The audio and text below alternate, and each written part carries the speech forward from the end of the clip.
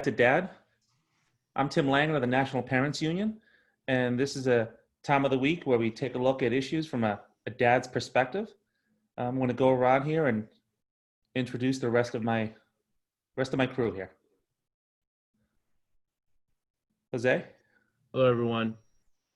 I'm Dr. Jose Manuel Villarreal from San Diego, proud father of Noah Manuel and Nathan Macario. Michael? John Monteleone. I want to say hello and good afternoon to everybody. Son of Lynette and Joseph Monteleone and father of Antonia and Michelle. And happy to be here and be with you. Hey, Michael Scott plugging in from Ohio, father of Grayson and Addison Scott. And Michael. And I know we talked before the show. We want to take 30 seconds here to recognize what's going on right now in the country. And so why don't we do that? We'll do that right now.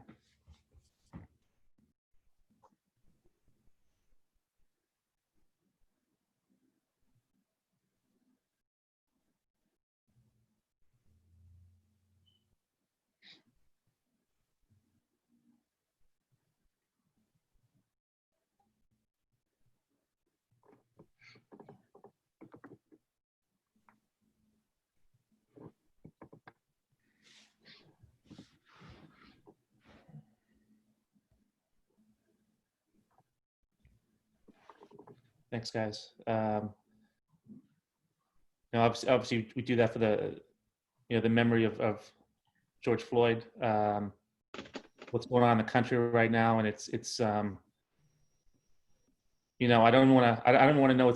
I wouldn't even call it the elephant in the room, because it's what everyone's talking about. Not just about his murder, but race in general and what's going on in this country. We had a meeting last week, right after this broadcast last week with the National Parents Union Council. We meet every Thursday night at 6, and it was amazing. We went this whole hour, didn't say anything, and then our good friend Marisol, with about 5 minutes left, we're there and we're thinking we're gonna get out of this meeting early for once, and she just said, "I'm tired. I'm so tired." And just this rush of emotion came out. All 16 delegates, these amazing, strong men and women, about what's going on in this country and what's happening. And we prayed together. We people sang, people cried. I think even in the best of times, this would be, at the very least, a horrible situation. But, add that on top of, being quarantined for 3 months, and then this, and, people were already stressed. But I'm just going to open it up and go around and just see where you guys are at. I'll jump in. I keep reflecting on, just the commentary that keeps going back and forth and on various sides of how we relate to the circumstances that are going on in the world. I'll specifically say the murder of George Floyd, and I don't want to say the death. It was a murder, and we need to say that. At this point where I'm really still trying to rest or get some resolve on is no longer excusing inexcusable actions. So when people start to express the fatigue with inexcusable actions being excused, even from a simple standpoint of my eyes, although I may wear glasses, I can see. It doesn't take it's not hard to see what happened. We saw a murder right in front of us. And there, I was reading some different quotes like around racism, and racism hasn't changed, unfortunately. It's still there. We just are watching it live. more so than ever before, and that's not okay. I think that's what we have right now as a community are people saying like, no, it's not okay anymore. And when I watch a lot of the protests that are going on, you see a lot of young people saying we don't want to live in a world where this is acceptable. And there's a lot of things that I think of for myself as, so what is my role in all of this? How can I help? And I think it just comes back to a measure of accountability for each other. And no longer, and I'll go back to the phrase, no longer excusing inexcusable actions, no longer being quiet or trying to, backwards navigate situations. As a man, I've always felt, as a Black man, I've always felt like when I enter into different boardrooms, for example, well, I have to pay attention to myself a lot and make sure that I speak in a manner in which others will hear me. And that, and that's oftentimes just morphed into, well, that's what people should do. You should pay attention to self and others. But others have privilege in to the degree in which they have to pay attention. And I think that's what is being demonstrated now. Like, look, if we took a knee and you said that wasn't the right way to respond, if we stormed capitals and said, and you were told that's not the appropriate way to respond, well, then what else do you want us to do? And I think that's the piece. Like, and I'll stop so everyone else can get in. But like this whole idea of peaceful protest really bothers me. The act of protesting is because you are literally not at peace with something that's going on. I'm not tranquil, in regards to this. I am agitated. And sure, there's a continuum maybe of agitation, but you can't tell me to which degree I should be agitated. My experiences, my travels, my world experiences are going to dictate how I respond. And, so that's where I am with all this. And I didn't even put the dad lens on it yet as I look at my children and try to explain to them, or even think about explaining to them what the world is right now and their space and place in it.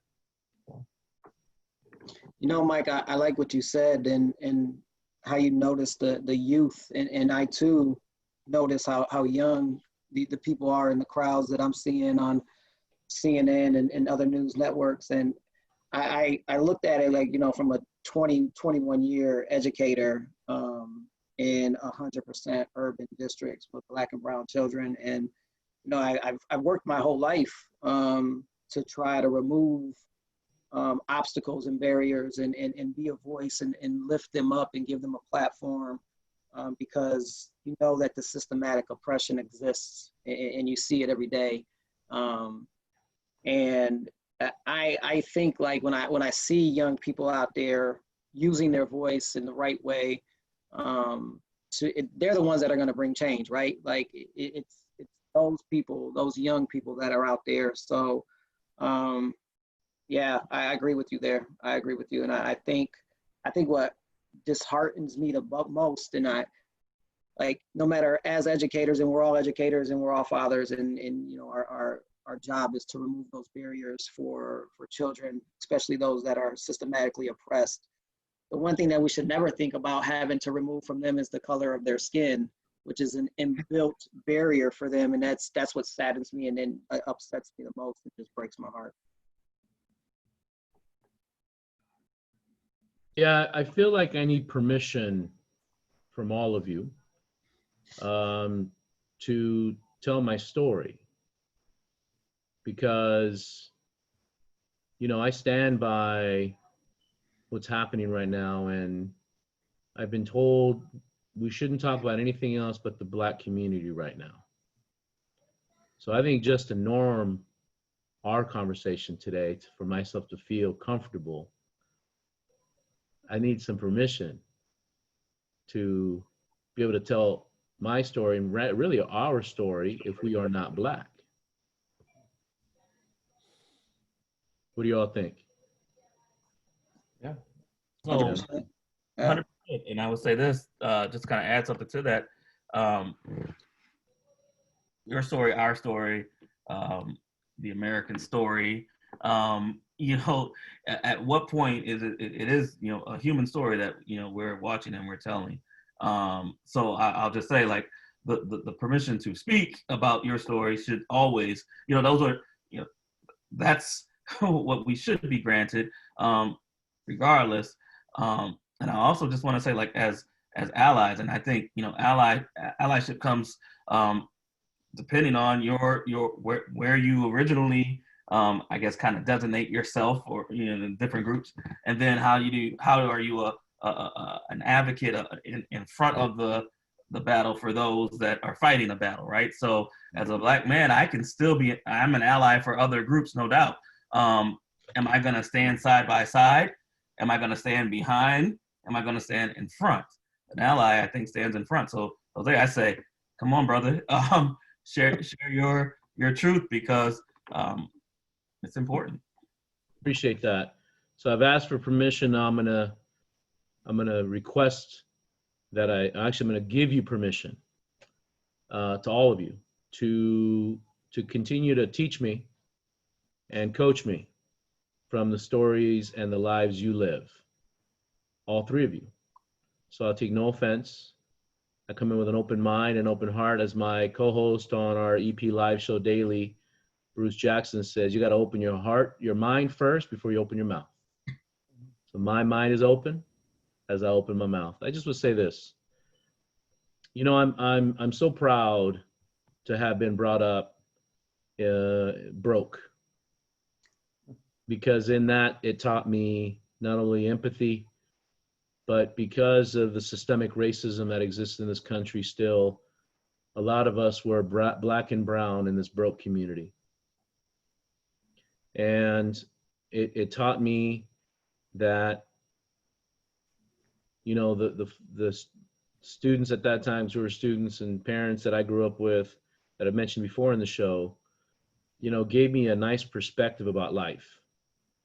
My mother taking care of African-American older ladies, her being Mexican, gave her perspective about life. And, I do see color. We talked about it in our show this week, the show called The Racism Talk. We gave some tips to everybody, and we said, look, whenever you talk about color blindness, you've lost me. It means I got to teach you, because there is color. And let's not be blind to each other's story. So I appreciate the permission, gentlemen, and I'm excited to keep the conversation going. But I would say that these are some real times that we can not let this crisis go amiss, not let this opportunity go amiss, and our roles that we have of power and influence to make those changes now.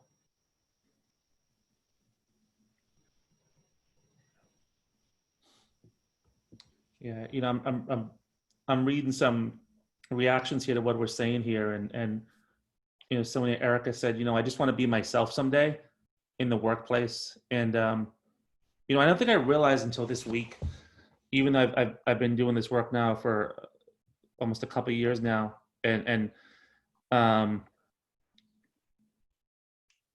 realizing the amount of stress as I talk to some of my coworkers, we'll call it past people I've worked with, who are, I was talking to someone the other day, and my friend Patricia, who is one of the most put together people I've ever met in my life. She was like a assistant to a senator back in the day. I worked with her at American Express. I mean, she was like the organized one who had to sit next to me and put up with me. Well, I was like the crazy sales guy. And I always looked up to her because she was so professional and put together. And she put together this Facebook post that really broke it down for me, where she says she had to do that. She had to do that because every time she went into a meeting as a leader, she was the only person there of color. And she knew that if she did not do that, that she would be looked at a certain way. It was just eye-opening for me. It was really eye-opening. It's something I knew, but I just to hear it in those words. And I've heard that from multiple friends of mine this week. And it's something that even on my worst day. You know, I have never, I've never had to experience that. You know, I've never had to, I go into a meeting just the way I am, you know, and assuming I'm being judged based on my performance. Yeah.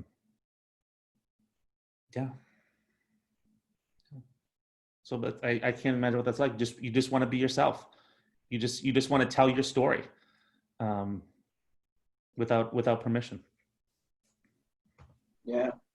I remember mentioning on one of our earlier episodes, like you, Jose, grew up in poverty, and I think I mentioned it during that episode that racial tension and race talk wasn't a big thing in my neighborhood because we just all saw each other as working class, broke people living in poverty. And I was talking to my dad about this the other day, and maybe that should have been more of the conversation. You know, I asked him, like, maybe instead of looking at it that way, maybe we should have had conversations like, why is our neighborhood who is living in poverty, why is it mostly people of color, Black and brown? And he agreed, you know, and he said, you know, as a father, you try to protect your children as much from the dark side of the world as you can. And he admits now, as he sees things unfold, that, you know, if he could do it again, he would have those conversations with us as kids, and to why those would be. And you know, he's glad that as you know, sisters and my brothers, you know, we have realized that, and you know, try to use our platform to help others. And I think that's mostly what I'm turning to. You know, I shared with you, you know, most of my friends, like Michael, and mentioned other friends that I've had that are predominantly Hispanic, is I reached out to them, and that my discussions with them this week is, me as a white male, what can I do to help? You know, like Mike says, what can I do to be a better ally? So let me jump in there too, because that is such a I think might be for some a very difficult question to even ask, to pose, right? You know, what can I do? Not knowing what the response is going to be. And then on the other end, to receive that question is daunting and challenging as well. And so I'll give an example. I had a sleepless night, well, many, but recently. And when I have my sleepless nights, I try to do a couple things. I pray, meditate, read, and write. And I had written something that I just thought could help the building leaders that I work with in Canton City School. So I sent it out, and the theme of it was enough. I mean, that's where I was. I was like, I was just enough. And it started with the events of our world, but then I took us down a road of things that we can control from a school standpoint, and the overrepresentation of minority males that are being suspended, expelled, and not achieving. And you know, are we going to say enough at what point, right? And then, you know, I had no intent for someone responding. So it was one of those, you put out the email, it reaches 65, 70 people, but then all of a sudden these enoughs started coming back. It started with 1, and then it went to 4, and then it went to 8, and then 12, and then someone eventually was like, you know what, enough is great. And then they posed some reflective questions. And it was from a white teacher, white female teacher.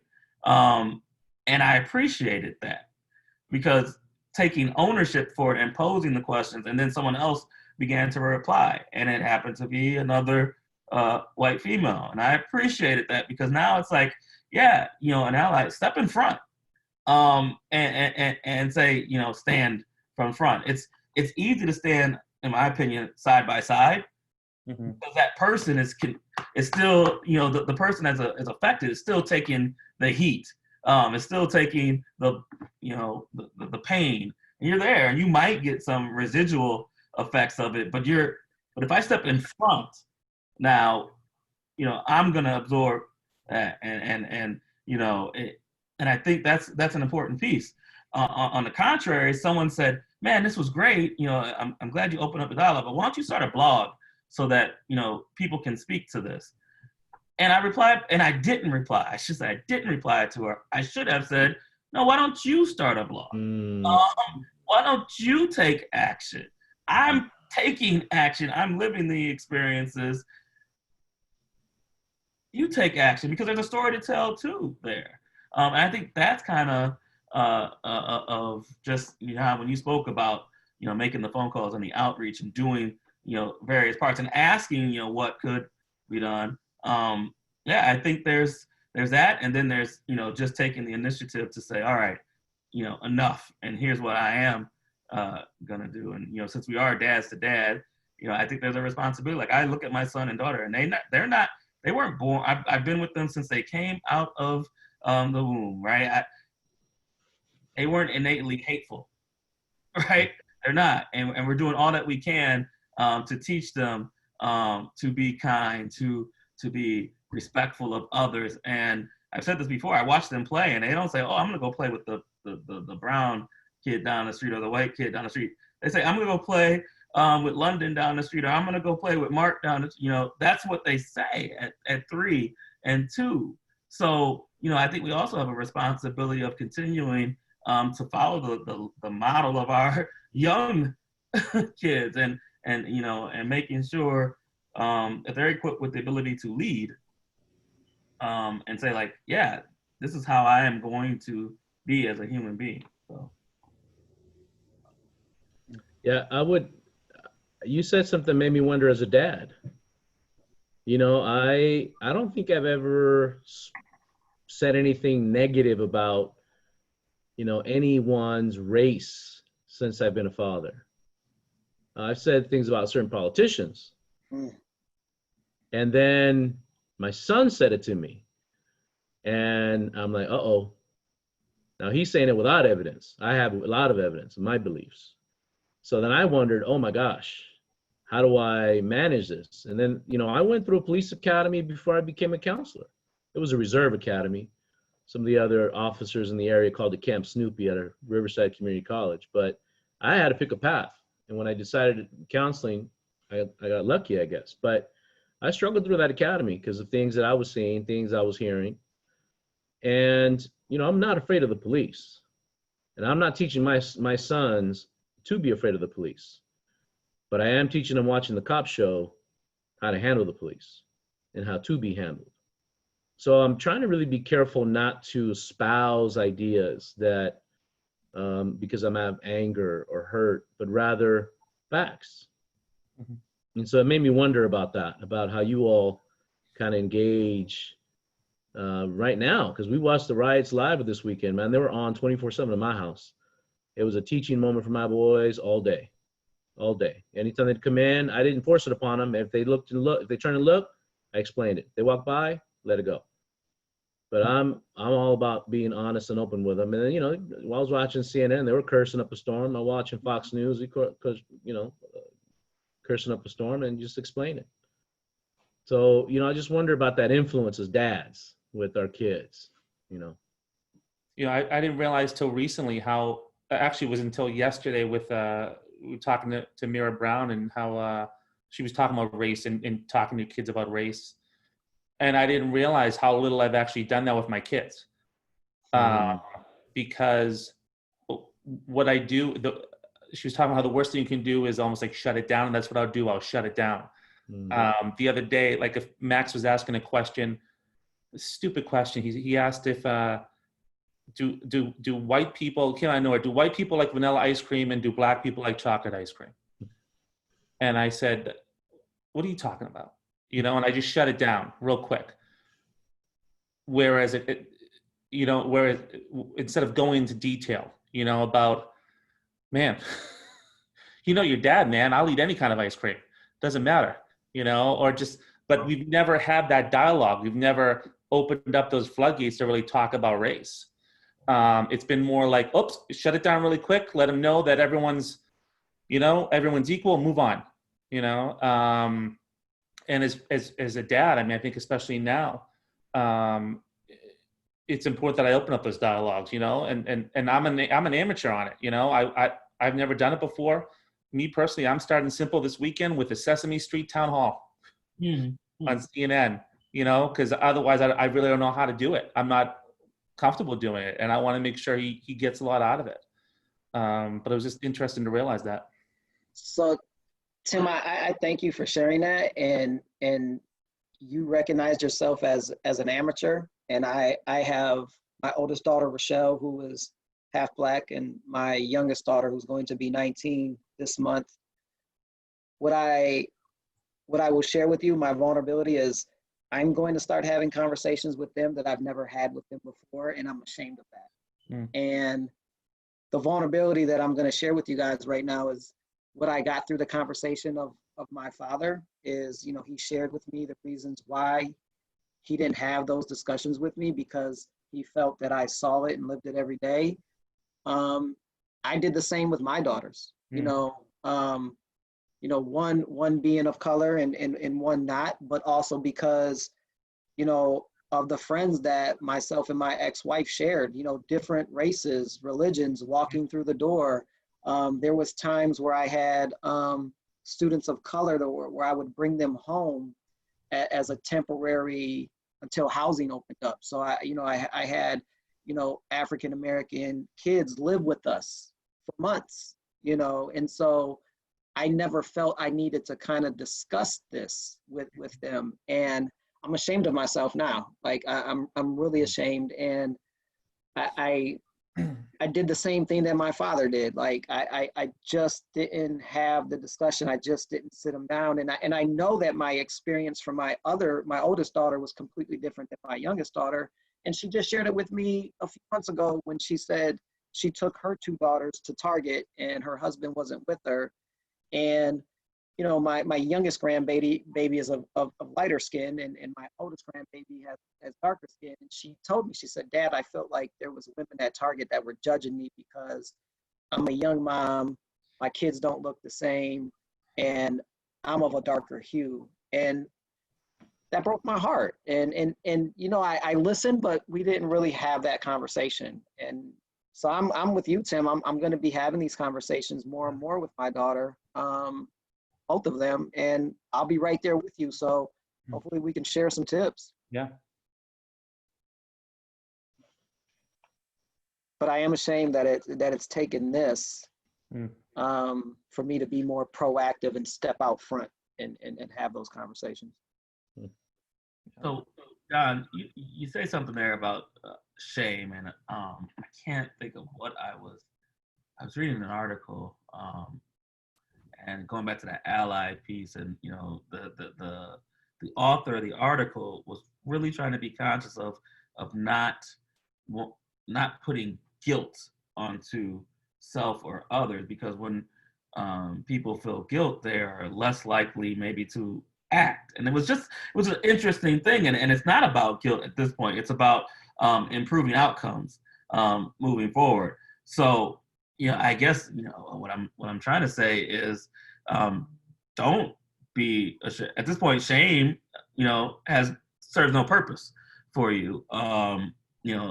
We make decisions, or our circumstance affords us how we might respond to things, or even how we think about things, right? And I think it's we have to be okay with the fact that, I wasn't thinking that way, or I didn't, but I am now moving forward, especially when we talk about the harm. So for me, hearing you say that and knowing how your family is, that's a piece that is going to add to everyone, but you didn't neglect raising human beings that are compassionate, kind, understanding, empathetic. You didn't miss the mark there. The challenge is, and this is a challenge for, I was talking to a group of educators about when students come back to us, and we engage in these conversations, but not knowing what was happening in their walls, and if there was harm that was done by either not having conversations or having conversations, right? Because a lot of harm can be done by having conversations if they go left of center, for lack of a better term. So I just say, man, engage. And like one of the learning models that I really appreciate is inquiry-based learning. Like I want my kids to question the world. I want them to question everything that they're learning. Don't take the information just as is. Question. Like I love and I hate the fact that Grayson says why so much right now. But you know, but I want him to keep that forever. Like, you know, I want him to look at the world and say, well, why is that okay? And then unpack and find out what is okay and what isn't okay. So I think that to me that would be the approach, gentlemen, for Tim and for myself as a father. Like I want to put something out there for my kids to think about, but then I want them to question, and then I want to question their questioning. And if we just continue to question, we shape who we are, and we reach. And it's almost like doing a root cause analysis at that point. We reach the root. And now we can have real tangible action steps to embark on change and an improved culture and climate. Yeah, I'd like to share something if I could, Tim. Part of our conversation we had with the racism talk this last Friday, I gave everyone sort of sentence frames that it was our idea to the community. So for example, instead of saying, I am colorblind, I love everyone, say, everyone has a story to tell, let's get to know theirs. Instead of saying, this is too personal to talk about, say, may I have your permission to get to know you better and ask you some questions about your life? And instead of saying, you're too young to talk about this, say, let's learn together. And we did that in Spanish and English, because the one I remember really clearly is being told by my mother in Spanish, you're too young, estás muy chiquito, vete a jugar. Go play. And I'm like, man, but I was interested in whatever you're all talking about. I mean, I know the context of it, but I was paying attention. And so that's a challenge, man, because sometimes you're too tired, don't want to get into it with your children, I have to explain all kinds of stuff. And I found myself get recharged having to go ahead and try to do that. So thank you for letting me share. We called it Just Start the Conversation. It was one of our slides that we shared with the community. And I think that makes such a difference when you know someone's story or you know someone's, you know, perspective, you know, where they're coming from, and you realize how ridiculous some of this is. You know, I grew up in an all-white. I went to all-white schools. I went to a 2-year school out in the woods in Massachusetts. You know, heavily white neighborhood. And, you know, I look at my behavior probably up until the time I was like 18 or 19, where I think that's one reason why I'm hyper aware now of how important it is that I talk to my kids about race, because no one talked to me about race growing up, you know? And then all of a sudden I got to New York and I was like, oh, I'm the only white person on the train right now. My beliefs or what I was taught you know, really fell apart right away. You know, it's almost like that old saying, like prejudice or goes away the more you travel, the more you meet people. And I think that's one reason why I don't want my kids to learn about race or not learn about race the way I did. Yeah, I think listening to other people's story and learning more about them, I think helps you discover those unconscious bias that you've developed just through your own natural upbringing. And we all have them, right? It's just whether or not we are courageous enough to recognize them and try to change them by listening to other people and their experiences.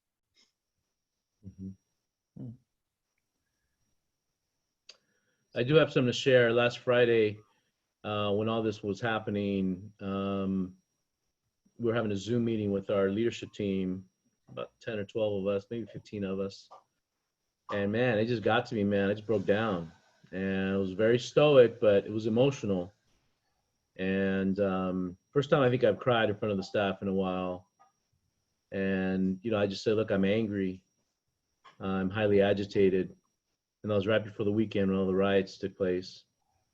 And I don't know, I just wonder about Have you all had that experience in front of your staffs?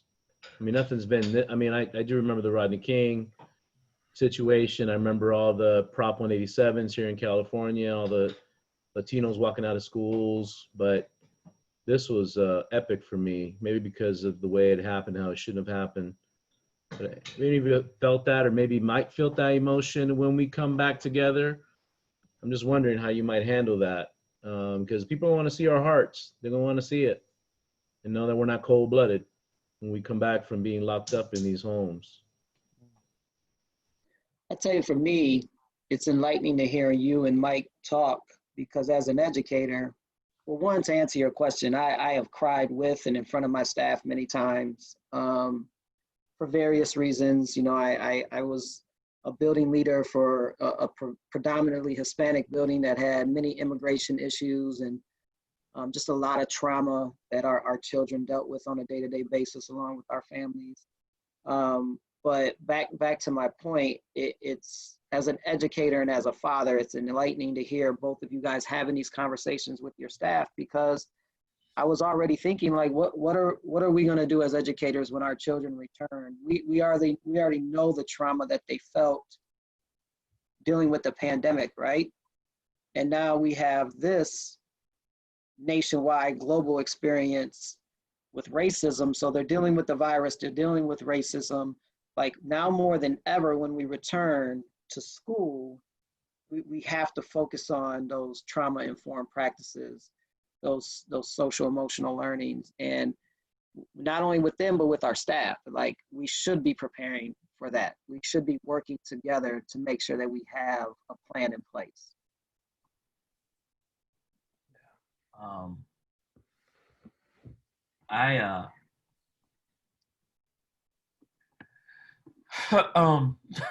So it's interesting, right? To think about, what am I going to do, or what have I done, and was it enough? And I was just thinking about students that are coming back in to the learning environment where, for some it has really worked for them, for some it has not. But now on top of this, working in a district where there is a police present in our high school, there are safety officers in our school environment. What does that interaction look like? There are a lot of white teachers in our schools.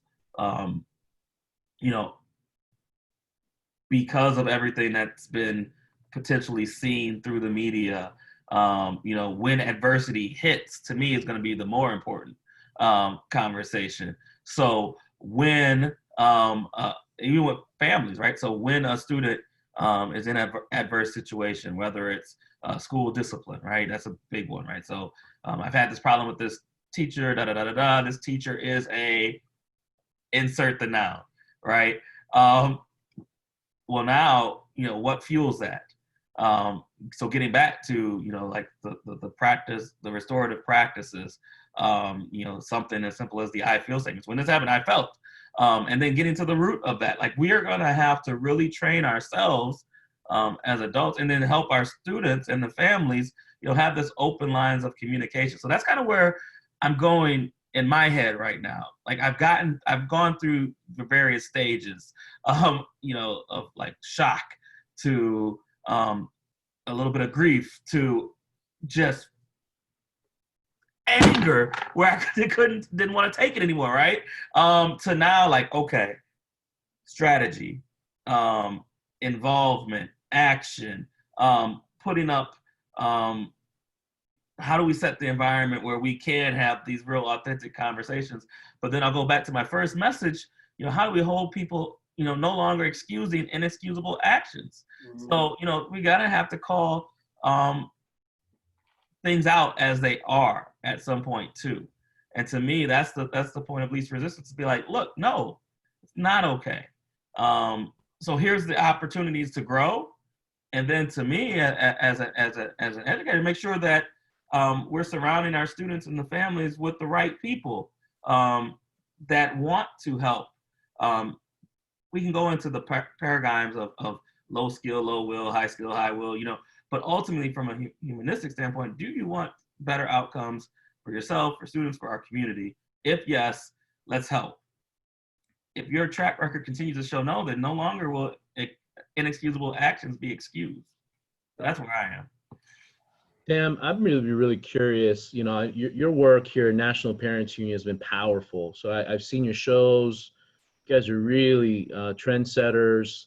You're ahead of it, and I appreciate that. But I had to look it up. We all remember administration credentials, man. 1969, Tinker versus Des Moines School District about free speech in schools. And I wonder how the parents can maybe educate the educators around what is going to be a challenging time for us, because you're going to see beyond I Can't Breathe t-shirts come to the schools, and you're going to see the other side of it too. And now it's going to be us as administrators or as parents, as dads. How do we coach as dads, just as dads?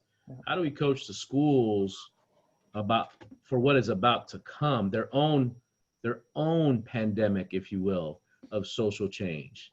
And these laws and these historical references will be in front of us. But boy, oh boy, I think the National Parents Union is already doing that. But I'm just curious from your perspective.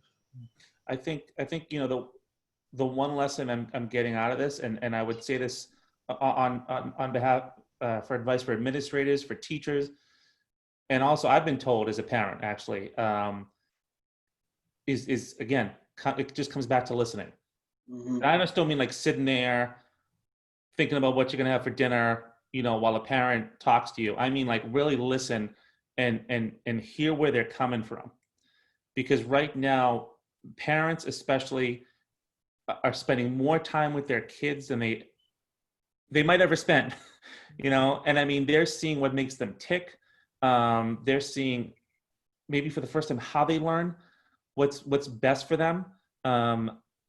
You know, I think of Max. I didn't realize until I think I was talking about this last week that, you know, he cannot get in front of a screen first thing in the morning and jump right into school. He just can't do it with his ADHD. I need to sit him down at 11 and calm him down a little bit.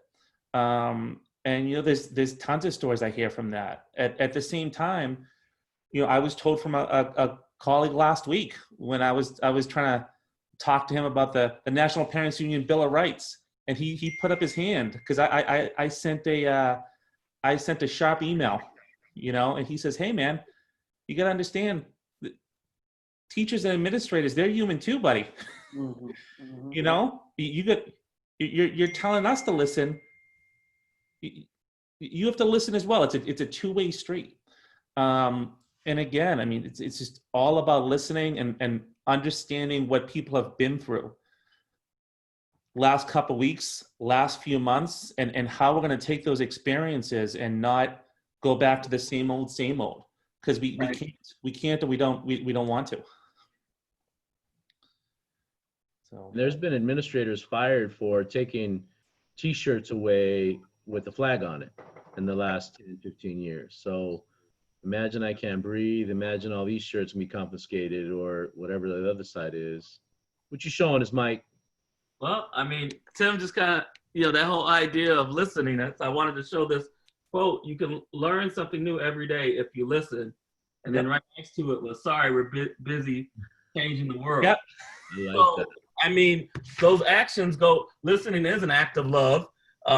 It's a two-way street. We can learn a lot. And through that, we can be the change that we want to see in the world. It's not rocket science. It's just taking the deliberate time to listen with intent. But I do believe this, though. I do believe there is an art to listening. And my wife will tell you that I am not a master of that art. However, when I put on my work, yeah, she always says that to me. She's like, well, you listen very well at work. I hear you all the time. Doing all the norms of paraphrasing, pausing, and all this. So, like, why don't you, never mind. That's a whole other topic, and Natasha will join us when we have that topic, right? Shout out. I'm with you, Jose, on keeping that push going. But yeah, like, so there's some, I think, going back to what you were saying, Tim, like, we both, on both sides of this of this partnership, family and school, have got to establish some community norms on listening, and know that we both are human. But I do believe in intentional training, though, on this. Though I think that's a thing that we need to really consider moving forward. How do we listen to it? Because it's not innate. My kids were not born with the ability to listen to understand. They listen to respond. That is, I think, genetically how we are predispositioned. Like, okay, I want that Scooby snack. So I hear you, Dad, that I have to wash my face. However, I'm sorry. Real life. Go ahead, Mike. Yeah, no, I'm just saying, like, these are real life things. So I have to slow my daughter down and say, okay, do you understand? Let me phrase this. Can you repeat back to me what I'm saying? I'm just getting her to kind of think about what eventually she'll learn to be a paraphrase. Do you have any questions about that? Did I miss something in my instructions to you? Just all these different pieces that I'm trying to get her to navigate as a listener. And then myself as a communicator. Let me check myself and make sure that the message that I'm intending to send is a message that's actually received. So I guess that's what I meant by that whole, to piggyback off of what Tim was saying, that listening piece is critical, but there's a process to that too. Yeah. I also like what you said about the intentional training and what Jose is saying about teachers and administrators, which is just another layer of challenge that we have when we're turning into fall, right? Because now more than ever, do we need that summer professional development to be with our staff so we can intentionally train them around trauma, so that they're there and they can recognize it, and we can talk about unconscious bias and cultural competency. And we have this now, we're in this remote learning where it makes it more challenging to do that training and get them together to have those intentional conversations. So that's what we need to look at as educators, is how are we going to remove those barriers and get to that training for them. Tim, one last thought. I just had an epiphany listening to both of you.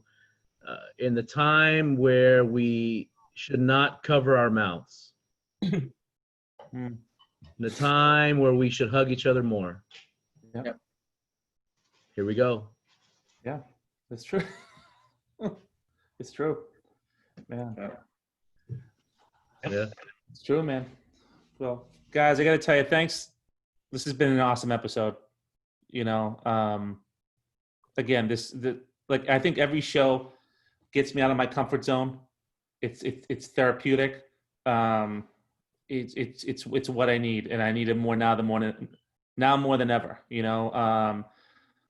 always end all these with a challenge or a task or some homework. And I'm going to ask everyone, what are you going to do this week to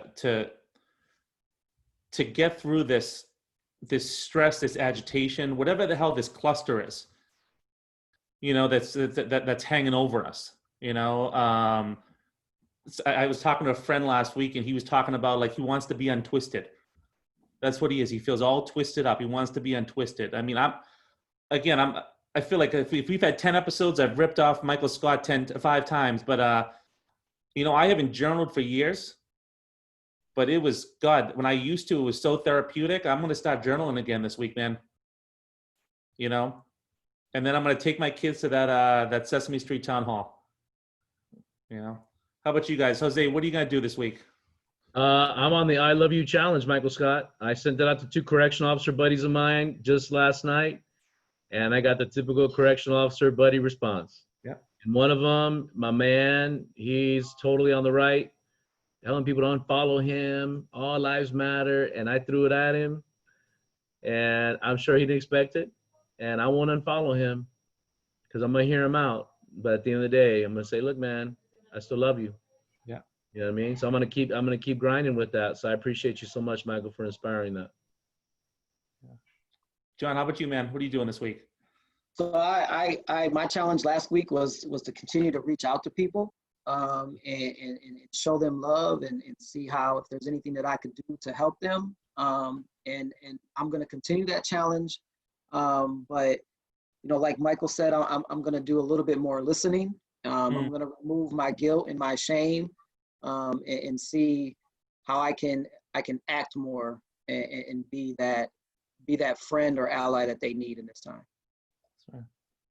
Mike, you want to take us out, man? What are you going to be up to? I am gonna be a prayer warrior. Like that is something that's been a part of my DNA. However, man, sometimes we get caught in the world and we don't, keep those habits. So I'm gonna do that a lot more. Not just when I put my son or daughter to bed, but maybe take that to the next level and invite my wife to pray with me. Because we're navigating something. We're an interracial couple. That's a whole. I didn't even go there with all this, but that's a whole nother layer that we're navigating, right? The thing that I love about her is it's been 19 years. She was there for me early on in a time where if she wasn't, I don't know if I'd be sitting here right now. But it's always been a pure peace, and she's seen me for who I am, but not being colorblind. I'm pulling that piece out too. So I want to have that further conversation as we begin to further educate our children in that manner. So we're going to pray together, and then we're going to work together. I love that. Actually, tonight, the National Parents Union, the council meeting we have, people mentioned that, and we're actually going to spend half the meeting, each person saying we're going to have a prayer meeting. And I'm not going to lie, I woke up today, all business, and I'm like, Jesus, a half an hour, and but I gotta tell you, in my life, when I sit down and I pray, and I already have my prayer picked out, it's true, Michael. It brings such a sense of peace. Yeah. Well, guys, thanks a lot. Thanks for another great episode. Thanks to everyone who watched and listened. And I hope you all have a great day, everyone. Take care. Thank you.